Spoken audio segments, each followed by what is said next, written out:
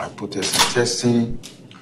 We're going to talk about the element of hypothesis testing, the normal hypothesis test for population or proportion, then finally illustrative examples. Okay, so the motivating, I'm going to start with this motivating example. You know, a diet pill company advertises that at least 75% of its customers lose 10 pounds or more within 2 weeks.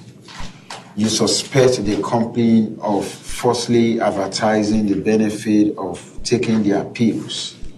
Suppose you take a sample of 100 product users and found that only 5% have lost at least 10 pounds. Is this enough to prove your claim? So what about if 72% have lost at least 10 pounds? Okay, of course the goal here is just to sample, formally test hypothesis about unknown population parameter. So actually, this is what happened. You know, we find ourselves in a world where at times we believe that people could mislead. There's a lot of misinformation, disinformation out there. So how do I actually test the authenticity of a claim? You know, if somebody actually comes with a claim, okay, how do I, test this claim? Okay, how do I authenticate? How do I actually figure out if that claim is true? Okay, and of course we have a statistical tool that can actually help us with that we call hypothesis testing. So like a question here can actually be properly and adequately answered using technique of hypothesis testing. But this is what I'm actually going to do. I'm going to start with what do we actually mean by an hypothesis.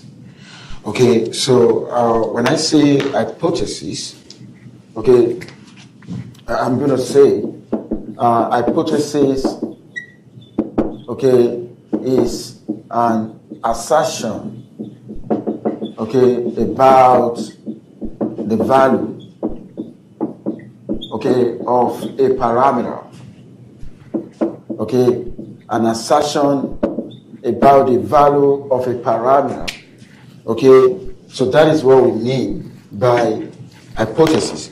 You know, we're always looking for a way to know, we want to predict the mind of a nature. We want to know the values of, when I say the values of parameter, I mean, we want to know what is the proportion of Americans that actually approve the job the president is doing, okay? And, you know, somebody can tell me, oh, 45%, oh, 50%. That's an assertion. That's a claim. It could be wrong or right. I only need to investigate if that is right or wrong. So, and that's why I call that an assertion about the value of a parameter. I'm going to give you another example that we call fracking. Has any one of you heard about fracking? Okay, you know, fracking is actually the unconventional way of extracting oil and gas, okay? And this particular approach uses what I call hydraulic press, you know, to extract oil, natural gas, and even water, okay, you know, from the, the underground, you know. But the issue with this, of course, it has a lot of benefits because, with fracking, United States become energy independent. And of course, that adds a lot to the economy. But the climate scientists, they realize that something actually come with fracking, like release of what they call, there's this natural gas called methane. I don't know if you have heard about methane. And this maintain is a greenhouse, okay, gas, okay, that they believe is even more harmful than carbon dioxide. Okay, now, and because of that, you know, some people have been calling for, you know, ban of this fracking. But let me tell you this. This is beneficial because it adds money, it adds to the economy. But the issue is this activity is harmful, and how can we actually be in the middle? Because we want our economy to be great. We want to be energy independent. But another thing is this activity is harmful. Then what can we do? And you know, some people are calling for the banning of this fracking. And then, you know, how do we know those who are calling for this are minority? Okay, I can use hypothesis, the idea of hypothesis testing, to figure out whether those who are calling for the banning of fracking is less than 50%.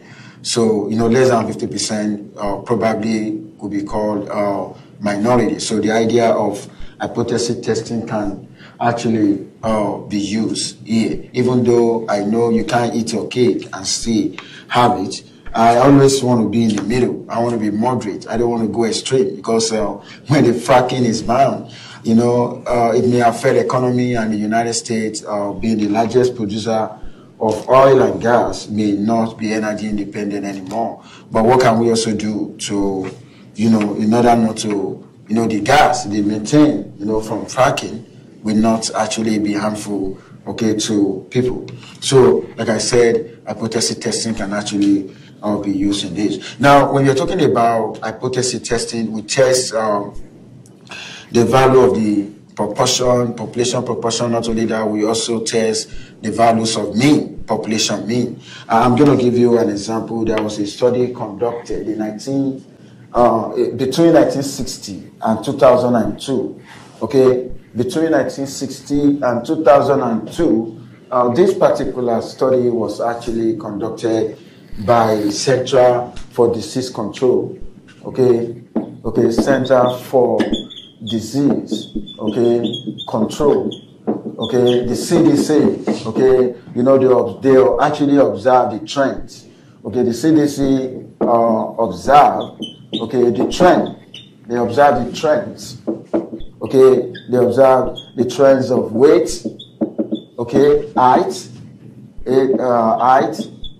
and you know, and body mass index, BMI, okay, of Americans. Okay, they observe that of Americans. I think they observed that between 1960. Okay, between 1960 and 2002. Okay. You know, through 1960 and 2002, and you know, they realize Americans have gained. They look more heavier. Okay, they look more heavier in 2020 in 2002, compared to 1960. In fact, they reported that men and women, on average, they've gained 24 pounds. Okay, they've gained 24 pounds in weight. And let me tell you this. Now, if they gain 24 pounds in weight, in fact, as at 2002, they put the average weight of men to be around 191. Okay. Now, if a researcher in 2006, 4 years later, okay, could hypothesize that the weight is even more,